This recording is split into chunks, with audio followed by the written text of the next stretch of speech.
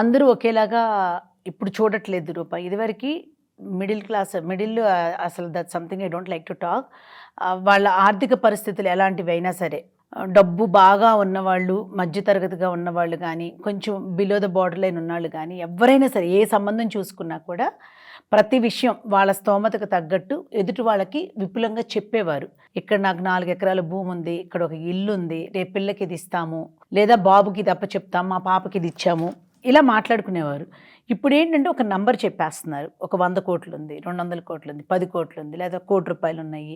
ఒక నంబర్ చెప్పేస్తున్నారు. మార్కెట్ వాల్యూని బట్టి వాళ్ళు వేసుకునే ఎస్టిమేషన్ అదంతా. ఇప్పుడు ఒక సంబంధం మాట్లాడుకునేటప్పుడు ఇది ఎవరిని క్రిటిసైజ్ చేయడానికి నేను చెప్పట్లేదు. This is something sort of message నేను ఇవ్వాలనుకునేది ఏంటంటే, అది ఇంపార్టెంట్ అని అనుకున్నప్పుడు వీళ్ళు వ్యక్తిగతంగా వాటి గురించి విచారించుకోవాలి. ఇక్కడ ఇన్ని ఎకరాలు ఉందన్నారు, అక్కడ ఎంత ఉందన్నారు, మాది ఎందుకు మీరు చెప్పాలి అని అనుకున్నప్పుడు అవతల వాళ్ళది కూడా నువ్వు అడగకూడదు. అర్థమవుతుందా రూప? ఇప్పుడు అవతల వాళ్ళకి 100 ఉందని తెలిసి నువ్వు వెళ్ళేటప్పుడు నీకేముందో తెలుసుకోవాల్సిన అవసరం కూడా అవతల వాళ్ళకు ఉంది. అది చూసే కదా నువ్వు వెళ్తున్నావు. అది చూసి నువ్వు వెళ్ళేటప్పుడు అవతల వాళ్ళకి కూడా ఇన్ఫార్మ్ చేసుకున్నప్పుడు వివరంగా కూర్చోబెట్టి మాట్లాడుకోవాలి. ఏంటంటే ఇక్కడ ఇది ఉంది, ఇక్కడ ఉంది, ఇక్కడ నా లైబిలిటీస్ ఉన్నాయి, లేకపోతే నాకు లైబిలిటీస్ లేవు, ఈ రోజుకి ఇంత ఉంది, రేపొద్దున్నే నేను పిల్లకి ఇవ్వాలనుకునేది అది, ఈ రోజు ఇవ్వాలనుకున్నది అది, లేదా మగపిల్లాడికి కూడా నేను ఈ రోజు నేనేమి అప్పచెప్పను, ఇవి ఉన్నాయి కానీ ఇవాళ అప్పచెప్పాల్సిందల్లా ఇదే ఉంది. సో ఈ కమిట్మెంట్స్ ఇవన్నీ ఏంటంటే చాలా సిల్లీగా డబ్బుల గురించి అని మాట్లాడుకుంటాం, కానీ రేపు పిల్లల విషయానికి వచ్చేసరికి ఇవన్నీ స్ట్రెస్ క్రియేట్ చేస్తాయి రిలేషన్షిప్స్లో.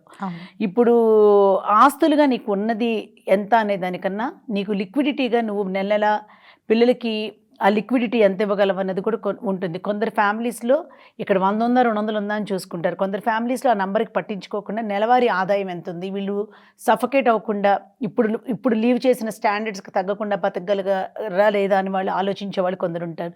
సో నువ్వేం ఎదురు చూస్తున్నావు అన్నది నీ ప్రయారిటీ. అది అక్కడ ఉందా లేదా అన్నది నువ్వు చూసుకుని వెళ్ళాలి. అవును.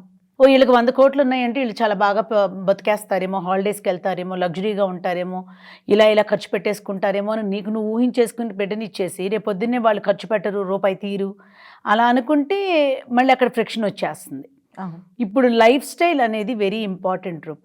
ఈ లైఫ్ స్టైల్ని బట్టి నువ్వు సంబంధాన్ని ఎత్తుక్కోవాలే తప్ప నీకున్న నంబర్ని బట్టి అక్కడ నంబర్ ఎత్తుక్కోకూడదు. ఇక్కడ ఒక్కొక్కసారి 100-200 కోట్లు ఉన్న వాళ్ళు కూడా చాలా middle class life style maintain చేస్తారు, చాలా ఒద్దిగ్గా ఖర్చు పెట్టుకుంటూ ఉంటారు. కొన్నిసార్లు 5-10 కోట్లు ఉన్న వాళ్ళు కూడా they leave a luxurious life. వాళ్ళు they prefer spending like that. హాలిడేస్కి వెళ్ళటం, బిజినెస్ క్లాసుల్లో వెళ్ళటం, లైక్ జ్యువెలరీ కానీ, హాలిడే కానీ, కట్టే బట్ట కానీ, ప్రతి విషయంలో they love to spend what they earn. అంటే చేతిలో నెలవారీ లిక్విడిటీ ఉంటుంది, పెద్దలు ఇచ్చిన ఆస్తులు ఉండకపోవచ్చు. అలా ఉన్న పిల్ల ఇక్కడికి వచ్చినప్పుడు సఫకేట్ అయిపోతుంది, వీళ్ళు సఫకేట్ అవుతారు. ఇప్పుడు బ్రాండెడ్ ఐటమ్స్ అవన్నీ వీళ్ళు ఎక్స్పెన్సెస్ అన్ని ఖర్చు పెట్టమన్నప్పుడు ఇట్లాంటప్పుడే గొడవలు మొదలవుతాయి.